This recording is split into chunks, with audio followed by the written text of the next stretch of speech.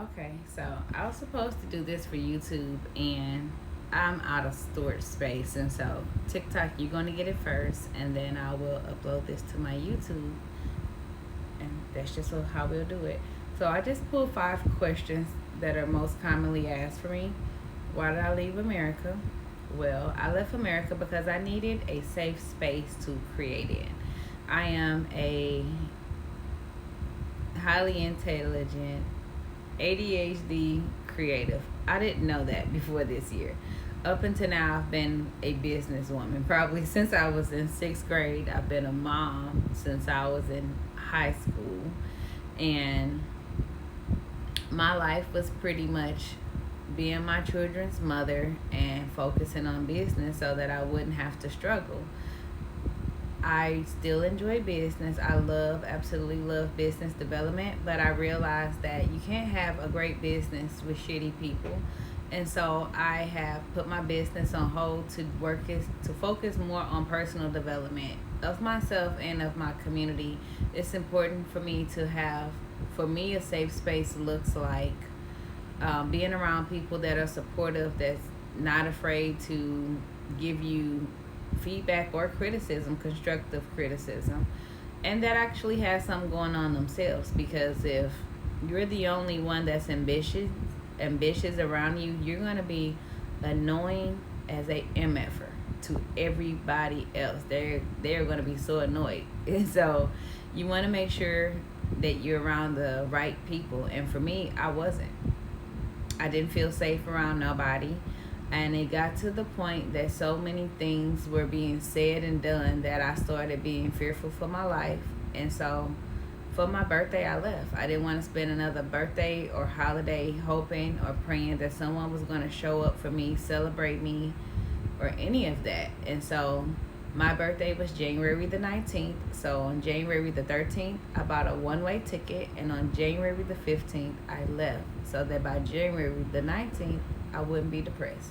I was on the rooftop of the hotel I was staying at, having dinner overlooking Bangkok. And it was absolutely so amazing that I decided to stay in Thailand. I never even made it to Vietnam. So next question that I have is, what was the lowest point before you left? So for me, the lowest point was right after Christmas. I had been staying with a friend that I met since the end of July, beginning of August.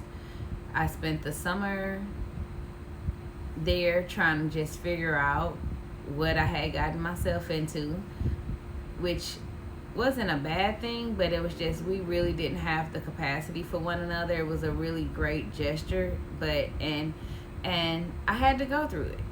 I'm grateful. I learned so many things about myself and about live-in relationships, because that's not something that I generally do. And it wasn't a relationship; it was a friend, but it it started feeling like a toxic marriage after a while, and so I had to go. My lowest point was it came in between Christmas and New Year's Eve. I'm sitting in the park crying, feeling defeated, and just praying to God that I did not die around the people that I was around. I wanted to live, and I'm like, God, if you give me another chance, I want to glorify your name. I want to live life. I want to do things. I don't want to just be in this hellish survival struggle mode. Oh my God, it was so ghetto. Not Yeah, it was so ghetto. My life was ghetto. I'm not saying like I was in the ghetto. I was downtown Houston, borderline. What do people get wrong about moving abroad? I think that I don't feel like I got anything wrong because I did my own research, but I think that some people get so enticed of what it looks like on a video for some folks, which is why I haven't showed me just hanging out, which I really don't hang out like that. I count on my hand how many times I've hung out here. But I don't think that people should look at how someone else is living to determine if they should move abroad. I feel like you should think about what makes you happy and move to a city and a country that complements that. Don't say, oh, they went there and it works for them. Well, you don't know what they're doing. You don't know what they have going on. You don't really know if it's good or bad. You just know that they are there and this is what they're showing on the video. So I would say, know how you're going to make your money before you leave. Think about what really makes you happy. Like, for example, I know I couldn't be in a cold area. I know I wanted to be by the beach, but it's hot. It's so hot that I want to take a vacation to somewhere cooler, but not cold. What responsibility do you take for your own situation? All of it. I made the choices to marry the person that I married, although a lot of deception played a role in that. That was really tough. But at the end of the day, I take accountability that I made that choice, that I should have known better. But I really thought it was something that it wasn't, so I give myself grace for that. My husband started preying on my mental when I was 16 years old, and he confessed all of it, so I don't really feel bad at all.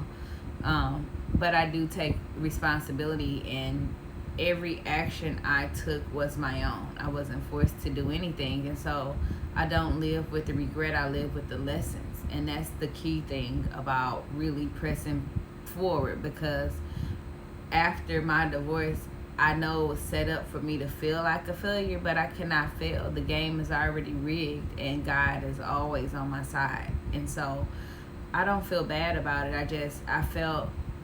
I felt like I wanted to slap the shit out of everybody I knew. If I'm going to be real honest, and we're going to keep it a buck, I was pissed, okay? So, yeah, that's that. I'm still working on forgiveness, but I'm leaning towards my gratitude, and just know that God is working on me. Closing. If the woman sitting on the bench in Bagme Park could see you today, what would she say? She would be shocked, because I'm in a place that I didn't know existed. If I'm being honest with you, I've met and seen people that I didn't think would be here. I'm at awe of my life right now, in every realm and every form. I've had an opportunity to write 2 books. I've had opportunity to go within. I've had an opportunity to get this community out. Like, this is my big dream, preparing to come to life. I am overwhelmed, overjoyed, nervous, excited, like I'm scared. I am trying to stay in a healed place. I'm trying to be patient with others and myself. And so that's why this was designed with so much intentionality of only 100 people per community, because out of the 300, only 100 is going to survive. I anticipate 200 falling off. But if we have 300 at the end, then I'll be like, whoa, wow, But that's a lot of people. The number was 300 because we anticipate 200 falling off, and having a solid 100 at the end that should be a really great community.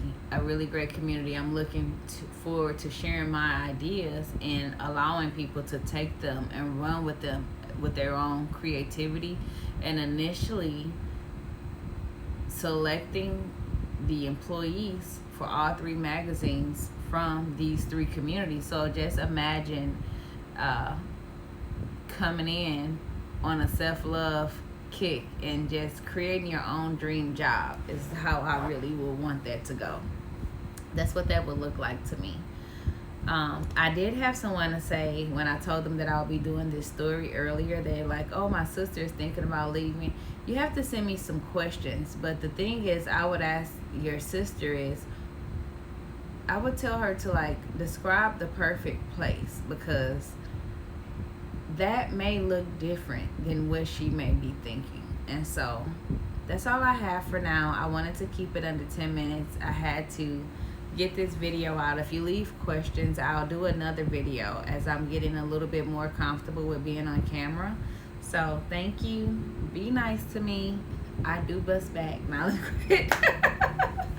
but no, seriously, I look forward to engaging. Thanks for listening. Bye for now. And that's a wrap.